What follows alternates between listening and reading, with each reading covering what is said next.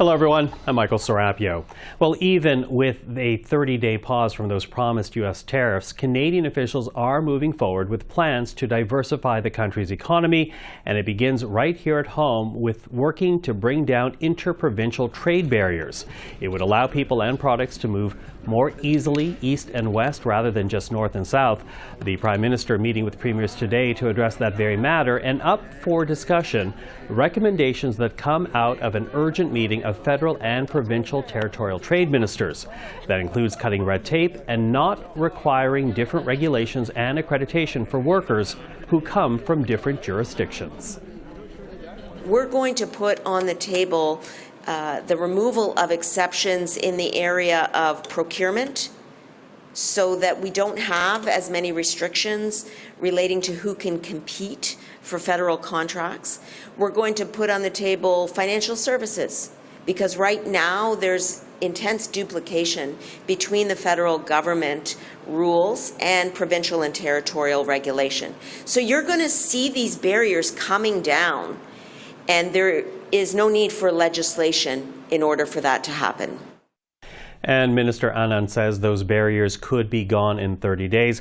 Of course, the issue of internal trade taking a greater urgency to it now that Donald Trump has indicated he will not follow the rules of a trade deal that he himself praised in his first term. To talk about Donald Trump and how to move forward, we're now joined by Gordon Giffin, the U.S. Ambassador to Canada from 1997 to 2001. Ambassador, thank you for taking the time. Delighted. Good to be with you. Now, I appreciate that no one can get into the head of Donald Trump, but when you look at what he's expressing here with these tariffs, what's really at issue, do you think? Is it, as he said, originally security concerns, or is it really a message about trade? Because most recently he talked about marketing boards and banking. Yeah, I think there's a little attention deficit as far as President Trump is concerned. He does seem to wander into new fields every day. I think it's about immigration, and I think it's about border management. I think it's about his perception of drug flows.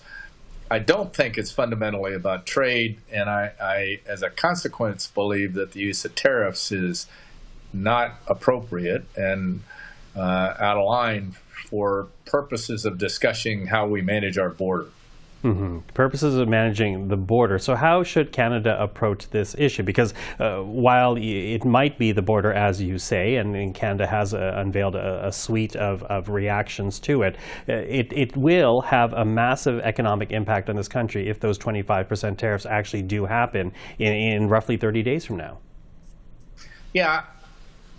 Again, as you suggested, I can't get in Donald Trump's mind and wouldn't want to live there, but I seriously doubt that there'll be any effective tariffs that go into place, because there's a significant impact on the United States of employing those tariffs.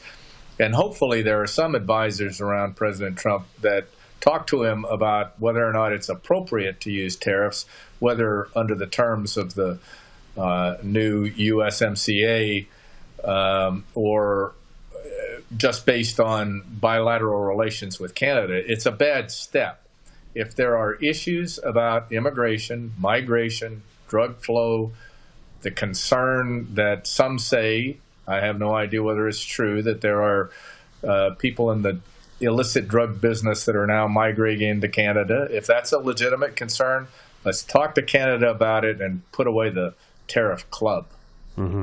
Take away the club, as you say, although now Canada has ramped up, as I said, its security along the border. That seems to have pacified the Trump administration, at least for the next 30 days. But I'm wondering where you see Canadian sovereignty fitting into this, because up against these demands and reacting to it, we have this constant language from Donald Trump demeaning Canada, calling it the 51st state, demeaning the Prime Minister's office, calling Justin Trudeau the governor of Canada. How should Canadians be taking that language? Because it also comes following an inauguration speech where he talked about reviving the spirit of Manifest Destiny. Yeah, well, there's a long list of things that he talks about that we won't do. We won't take back the Panama Canal. We won't buy Greenland. We're not going to occupy the Gaza Strip. And Canada's not going to become assimilated into the United States. As you suggest, Canada is a long-standing, historic, independent, sovereign country. When we had our revolution, those that occupied what is now Canada weren't interested in joining in it. They repelled Benedict Arnold at the foothills of Quebec City. So it's just not going to happen. And it is disrespectful to Canada, and I think it needs to stop. The way you work with friends and allies, we have differences with Canada. We always have. We had differences when I was there. But you work them through, and you collaborate, and you cooperate, and you get to a common understanding of how to proceed. So I think that's where we'll end up on the border management question, and I think he'll turn his attention elsewhere.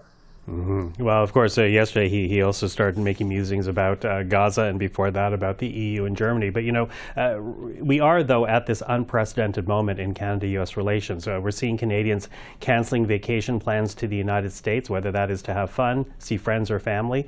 We're seeing Canadians booing the American national anthem.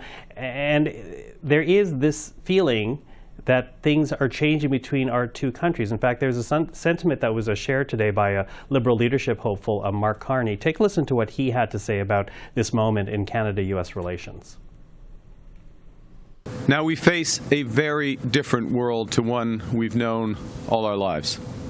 A world in which Americans have become more our neighbors than our good friends.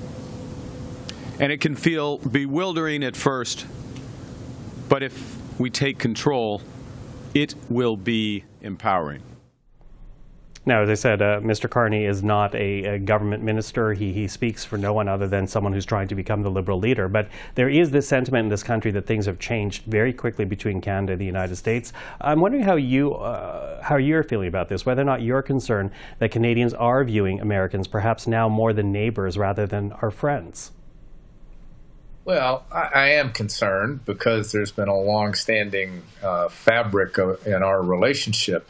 Again, importantly, though, remember that we have had differences consistently through the years. Canadians and Americans don't agree on everything. The U.S. government and the Canadian government haven't agreed on everything over the years. It's just that this has taken a much more loud and chaotic character to it. And it is disrespectful. It's not the way to work with anyone.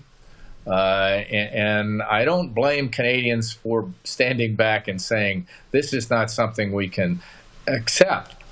So what my hope is that this is not something that permeates the relationship for the long run. I do fear that President Trump's attitude has negatively affected our dynamic in the short run, but I hope and trust that over time the great weight of history of our relationship will resume and we'll live through it. There are a lot of things that he's doing domestically, frankly, that are enormously disruptive and some of us believe to be unconstitutional. So while I know this is very disruptive and concerning to Canada, they're not the Lone Ranger. There are a lot of places and a lot of people that are very disturbed by what's going on. Mm-hmm.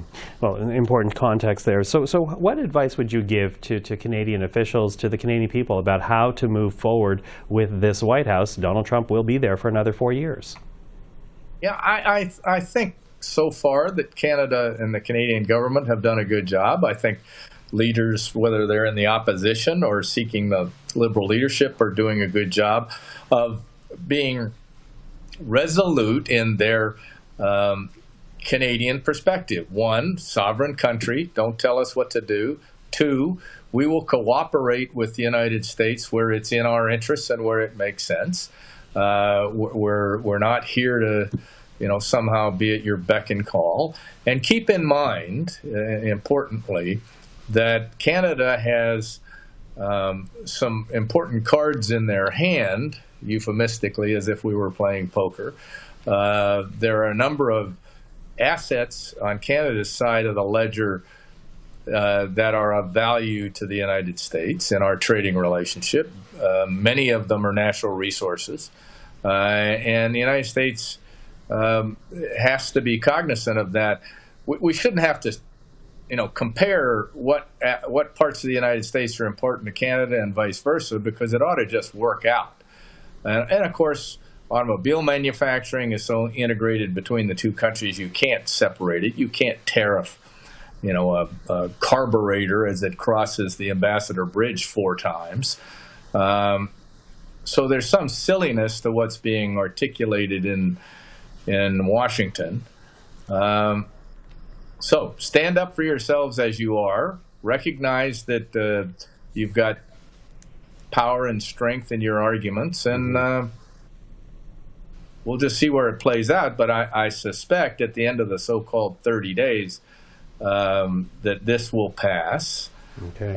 And recognize it's not an educated perspective, but there's some symmetrical policy going on here, meaning the White House is treating the Mexican-U.S. border the same as they're treating the Canada-U.S. border, and the circumstances are dramatically different. So we have to be able to develop policies and practices with Canada that differ from what we do with Mexico, and we've done that throughout the decades. It's just people have lost sight of that right now in the White House.